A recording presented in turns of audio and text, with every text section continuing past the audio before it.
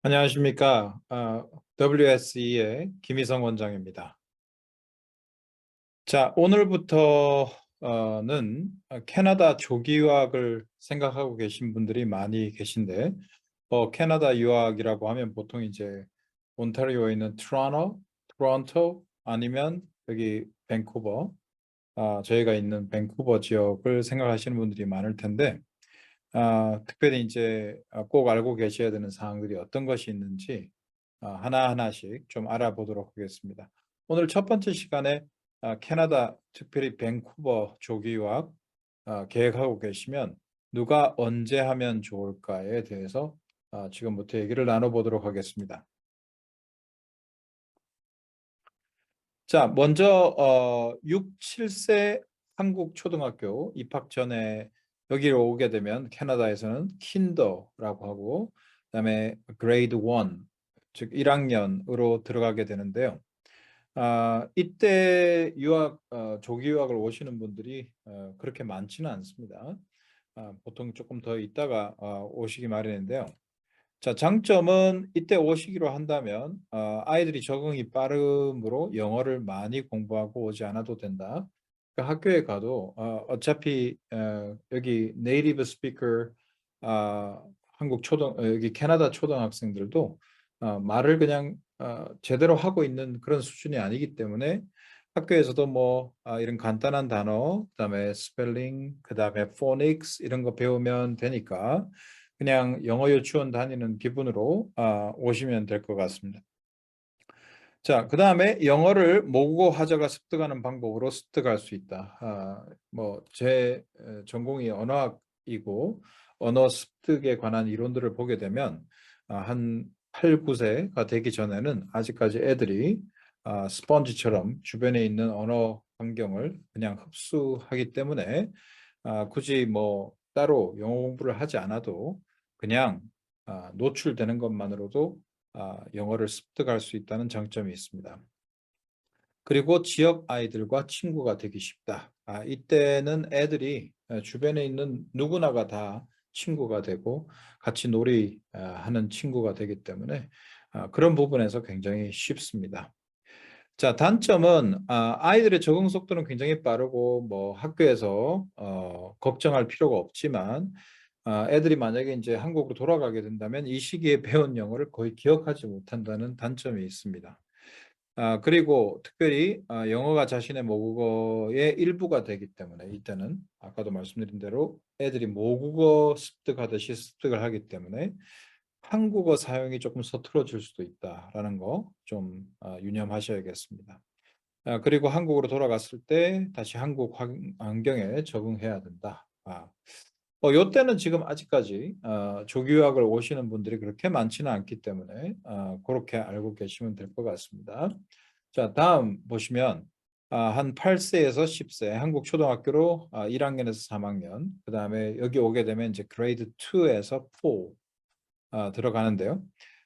여기 학교에 좀 특이한 점은 뭐냐면 한국처럼 이렇게 1학년, 2학년, 3학년 이렇게 나이별로 탁 갈라가지고 뭐 선배니 뭐 아직 이럴 때는 선배 개념은 없겠습니다만 그렇게 딱딱 나이별로 나누는 거에 비해서 여기 학교들은 보통 보면 1학년은 좀 1, 2학년 합반, 2, 3학년 합반 이런 식으로 이렇게 나이대를 섞는 경우가 많이 있어요. 그래서 그렇게 된다는 거 좀 이해를 해 주시면 될 것 같습니다. 이때 장점은 뭐냐면 아이들의 적응이 비교적 빠르고 그다음에 영어를 잘하면 더 적응하기가 쉽습니다.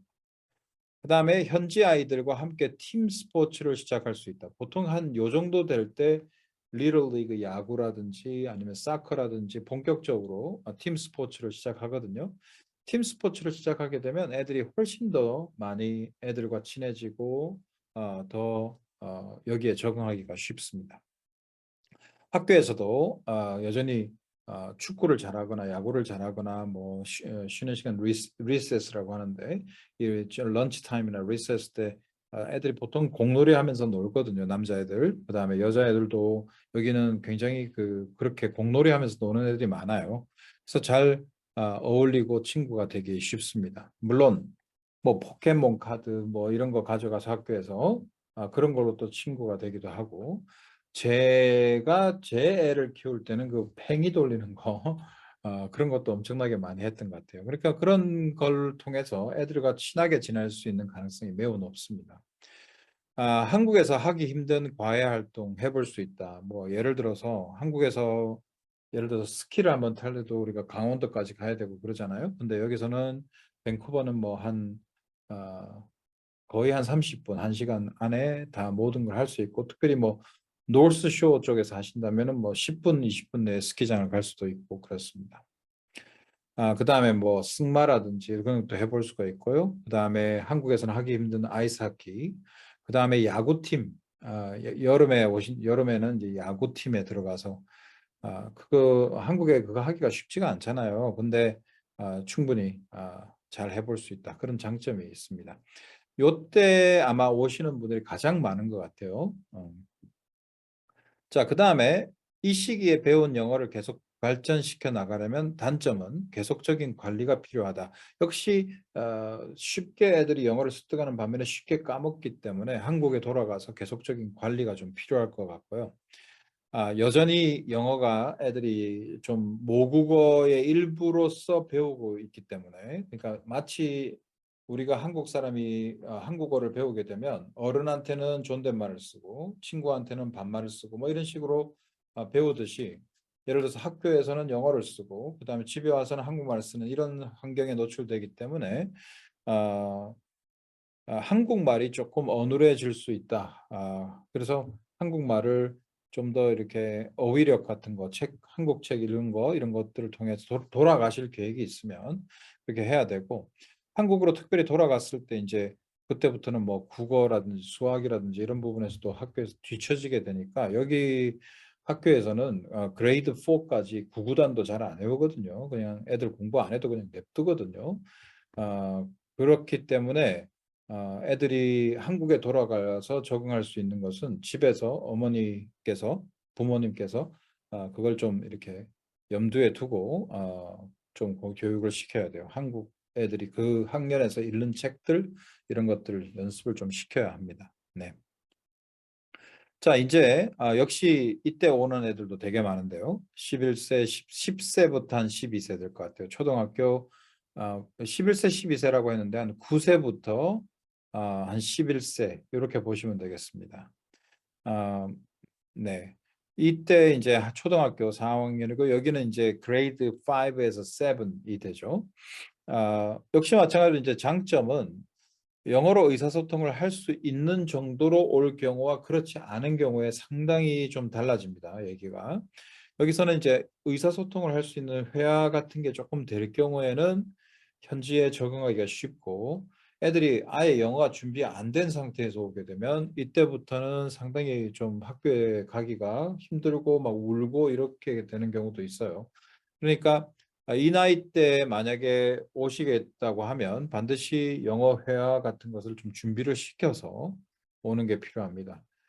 역시 마찬가지로 어머님도 좀 어느 정도 기본적인 회화 같은 거 좀 공부를 하고 오시는 게 좋죠. 그 다음에 운동을 잘하는 아이의 경우는 여전히 현지 애들과 함께 팀 스포츠를 계속 조인해서 할 수 있습니다.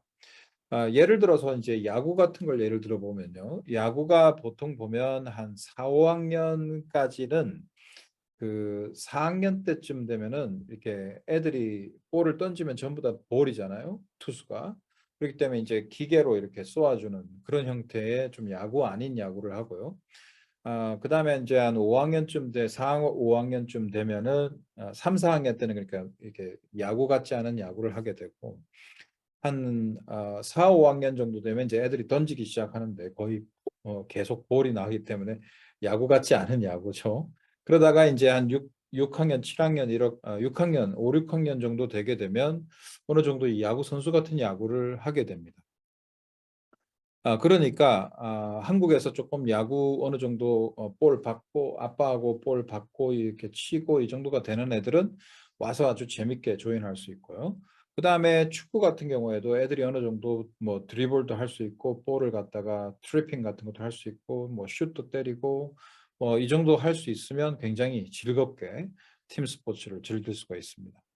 그다음에 이제 이 정도 되는 애들은 한국어가 완전히 확립된 정도이기 때문에 아 만약에 이제 영어를 여기 와서 열심히 배우게 되면 한국어도 잘하고 영어도 잘하는 이런 장점을 누릴 수가 있습니다.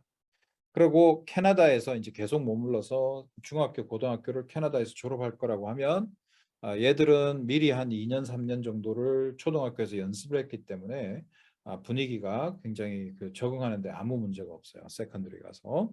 그런 장점이 있는 반면에 자, 모국어 영어를 한국에서 좀 준비를 안 한 상태에서 오게 되게 되면 애들이 학교를 많이 다니더라도 영어 습득이 더딜 수가 있고요. 특별히 ELL 클래스라고 해서 이제 그 걔들만 좀 따로 이렇게 빼서 수업을 듣게 하는 경우도 있는데 좀 자존심이 센 애들 이런 경우는 막 그거 영어를 못한다고 이렇게 빠져나가는 것 자체도 좀 마음에 담아두는 경우들도 제가 많이 봤습니다. 그다음에 캐나다에 도착했을 때 영어에서 의사소통을 할 수 있는 정도가 아니면 현지 적응이 좀 어렵습니다. 팀 스포츠 그다음에 뭐 과외 활동 이런 걸 하나도 하지 않은 애들은 다른 거 애들하고 사귈 수도 없고 뭐 이 정도 나이가 되면요. 애들이 이제 플레이 데이트 같은 걸 하는데 플레이 데이트라는 건 이제 학교에서 누구랑 좀 친해지면 걔들 집에 가서 놀고 그렇게 하는 건데 지금 한 5학년, 7학년 정도 되면요. 벌써 분위기가 5, 6학년 정도 되면 노는 애들끼리 벌써 자기들 리그가 정해지기 때문에 특별히 이렇게 현지인 친구들과 좀 친해지기가 어렵습니다. 물론 성격에 따라 달려 있겠죠. 아이가 굉장히 뭐 활발하게 사회적인 애가 막 이렇게 아무도 끼어들고 이런 애들은 이제 친구를 사귈 수도 있겠습니다만 그렇지 않은 경우고 그다음에 뭐 팀 스포츠도 안 하고 과외 활동도 안 하게 될 경우는 애들이 그냥 혼자서 이렇게 유튜브나 게임 이런 거에 빠져드는 그런 경향이 좀 있습니다. 주의하셔야 될 것 같아요. 그러니까 한국에서 오실 때 이런 데 확 참여할 수 있도록 좀 계획을 세우고 미리미리 좀 준비를 하시는 게 이런 것을 추천드립니다.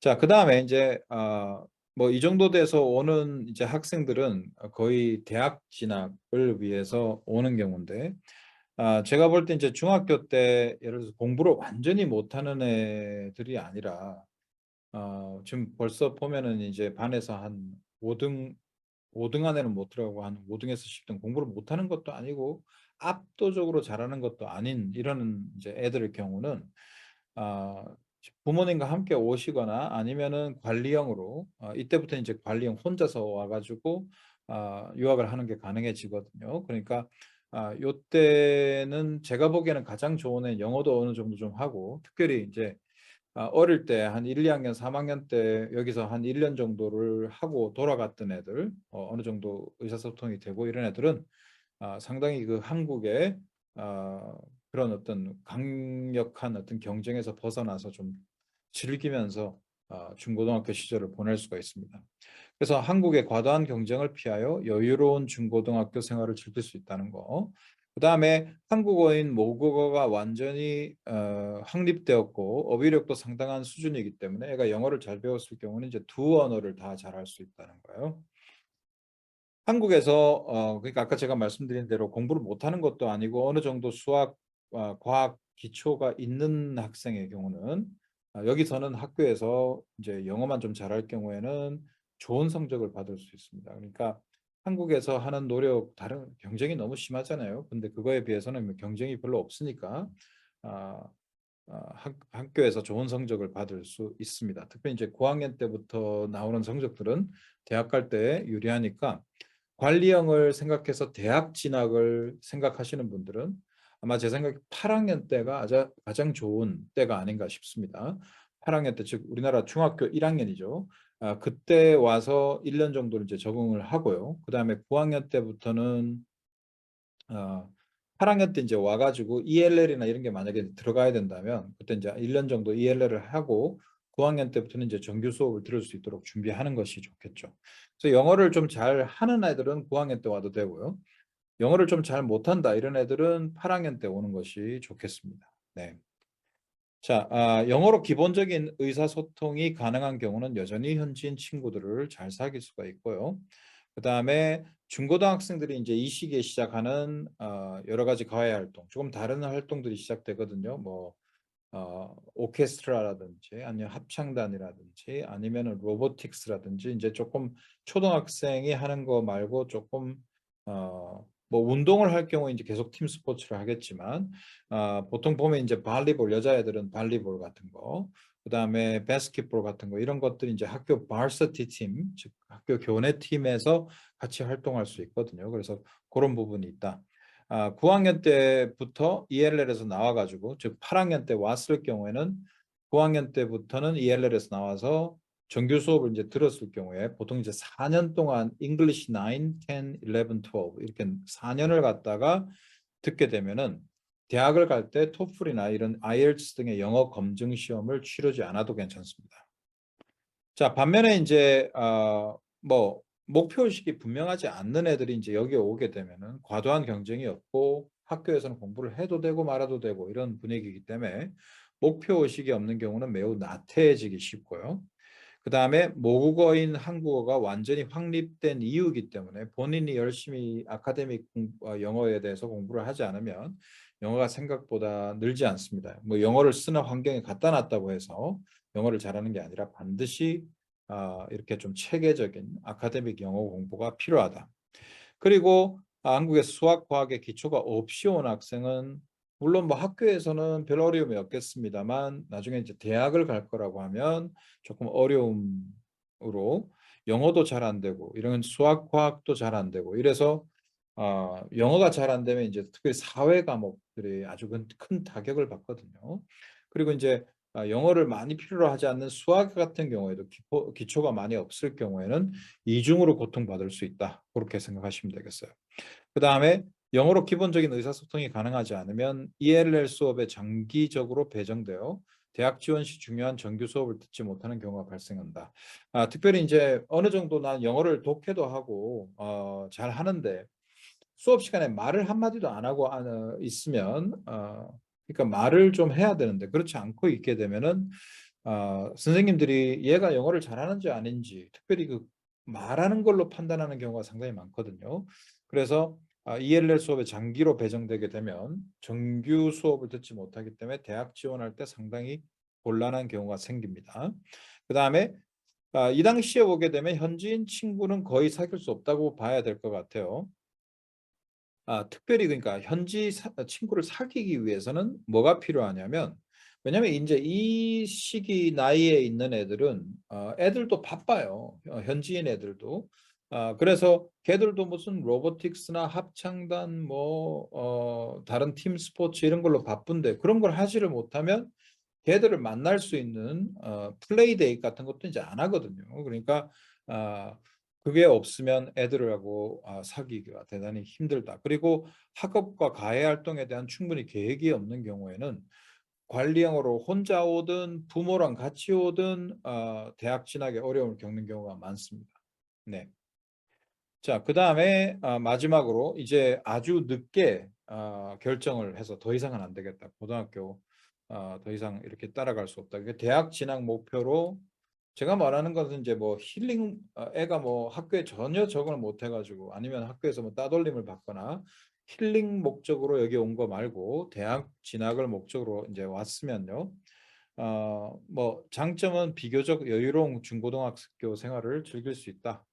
그 다음에 영어로 진행되는 수업에 이제 한 3년 정도 참여를 해보면 나중에 이제 대학을 가겠다고 했을 때 영미권 대학에 진학했을 경우 특별히 이제 어려움 없이 따라갈 수 있다는 거고요. 우리나라에서 고등학교까지 졸업을 하고 난 다음에 미국 대학을 가는 애들은 그 가자마자 굉장히 힘들잖아요. 그래서 그런 경우는 좀 없을 수 있다는 거고요.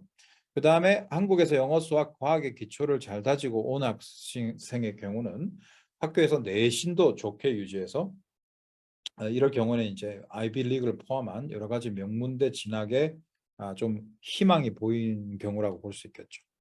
반면에 별 계획이 없거나 목적 의식이 없게 왔으면 너무 늦게 왔기 때문에 수업 선정이나 과외 활동 참여가 상당히 까다롭습니다. 이런 경우에는 반드시 전문가가 좀 끼어들어서 얘들이 대학을 진학할 때 어떻게 될 것인가를 좀 상의하는 것이 필요할 것 같아요.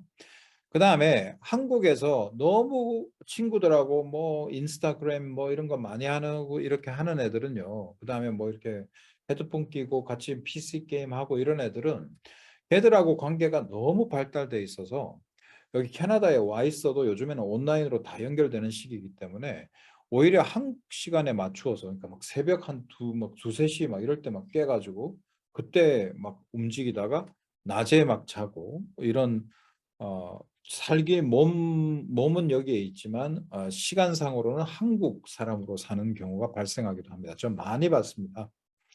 그다음에 유학 초기에 아카데믹 영어를 확실하게 다지지 않으면 와서는 그러니까 빠르게 한 5, 6개월 집중적으로 해서 영어가 어느 정도 올라가는 그 수준을 만들지 않으면 고등학교 내신 성적을 유지하는 데 실패하여 대학 진학에 어려움이 많습니다.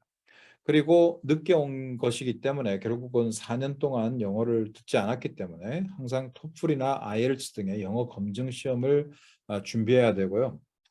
특별히 대학 진학을 위한 여기 뭐 AP를 듣거나 아니면 뭐 IB를 듣거나 이런 것들이 조금 어려워지기 때문에 반드시 이런 학생들은 오기 전에 상담을 좀 많이 하고 난 다음에 와야 할 것 같습니다. 전반적으로 이랬거나 저랬거나 조기 유학을 결심하셨다면 성공적인 유학을 위하여 연령별로 준비해야 될 사항이 있습니다. 첫 번째는 인간적으로 좀 준비를 해야 될 부분인데요. 첫 번째는 유학을 온다는 것은 그냥 막 오는 게 아니죠. 도피하러 오는 것도 아니고 그래서 반드시 좀 미래에 대한 꿈을 가지고 왔으면 좋겠고요. 그 다음에 기본적인 생활 능력 이런 것들이 필요합니다. 그러니까 뭐 어머니 아버지랑 같이 와 있으면 괜찮겠지만 만약에 관리형으로 이제 와서 있으면 어떤 애들은 보면 씻지도 않는 애가 있어요. 막 열흘간 씻지도 않는 애가 있어요. 그러니까 만약에 이제 한국인 홈스테이에 들어가면은 홈스테이 아주머니가 어머니가 부모님이 이렇게 안 씻는다고 이렇게 잔소리도 하겠죠. 한국 사람들은. 그러나 뭐 외국인 홈스테이에 들어갔을 경우는 뭐 씻건 말건 아무 생각이 없거든요. 그러니까 애들이 완전히 뭐 홈스테이를 하고 있어도 홈레스처럼 지내는 경우가 상당히 많습니다. 그다음에 자제력이 필요해요. 그러니까 뭔가를 계획에 맞춰서 이거부터 다 해놓고 그다음에 또 조금 쉬고 놀고 요런 자제력들이 필요한데 그렇지 않을 경우는 아까 말씀드린 대로 한국과 똑같은 시간대로 살아가는 그런 사람이 필요합니다. 그렇게 되게 됩니다. 그러니까 조심을 해야 되죠. 그다음에 남에게 피해를 끼치지 않는 생활 태도. 자, 여기서는 캐나다는 굉장히 중요합니다. 아무도 잔소리하지 않습니다. 아무도 거기다가 뭐 이렇게 나쁜 얘기를 하지 않아요. 다 친절해요. 그러나 만약에 남에게 피해를 끼치는 행위를 했을 경우에는 상당히 harsh하게 굉장히 세게 얘기를 하는 경향이 있어요. 선생님도 그렇고 애들도 그렇고. 그러니까 될 수 있는 대로 남에게 피해를 끼치지 않는 생활 태도. 그러니까 한국에서도 예를 들어서 걸을 때 그냥 툭툭 치고 걷는 거 이런 거.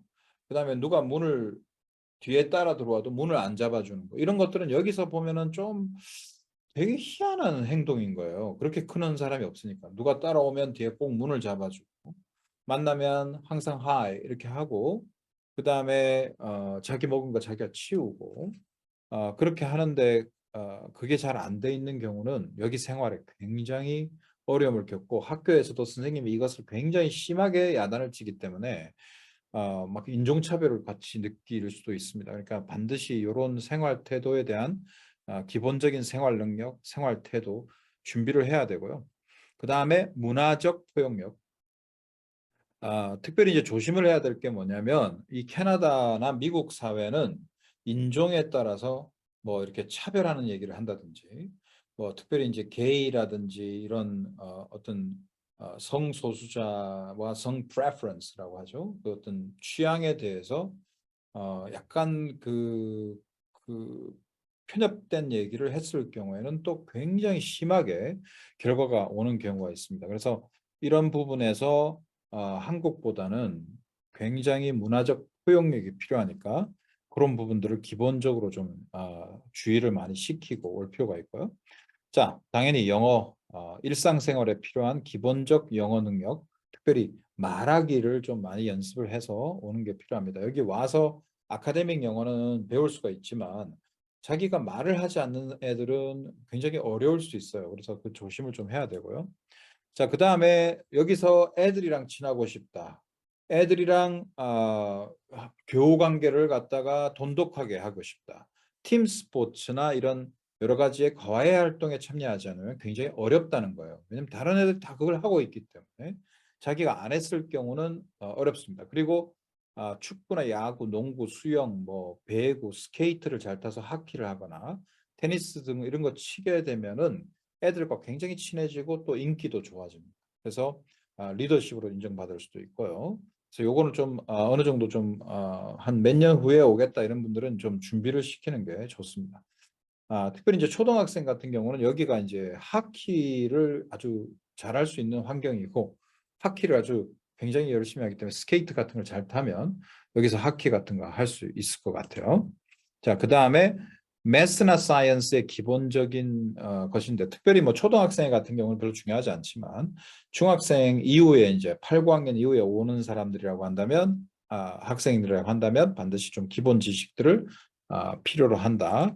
자, 그 다음에 악기나 이런 미술 같은 거 이런 거 잘하는 애 굉장히 유리합니다. 그래서 그런 것들을 좀 악기 같은 것도 좀 꾸준히 시켜서 오면 역시 특활 활동 이런 데 참여하면서 친구도 사귀고 학교에 여러 가지 나중에 대학 갈 때 여러 가지 이제 그런 extra curricular 할 수 있습니다.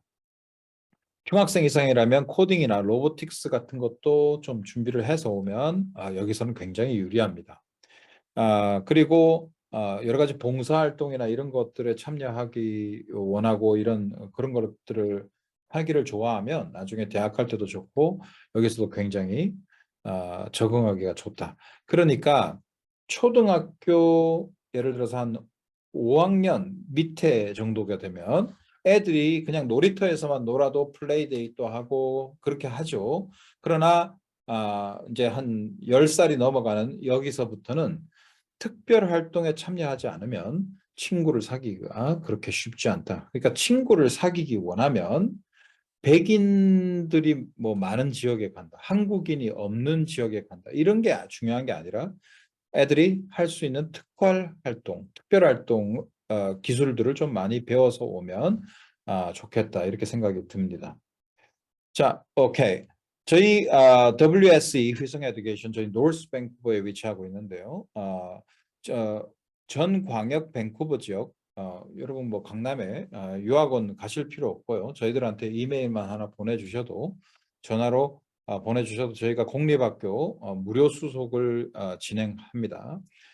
그리고 관리형 유학은 저희가 아주 좋은 대학들의 아이비리그, 미국, 캐나다, 영국, 한국 명문대 진학 프로젝트를 하고 있기 때문에 저희가 특별히 이 부분에 관심이 있는 분들은 언제든지 전화나 이메일을 주셔서 줌으로 이제 상담을 예약하시면 저희가 줌 미팅을 통해서 여러분들하고 같이 상담을 할 수가 있겠습니다.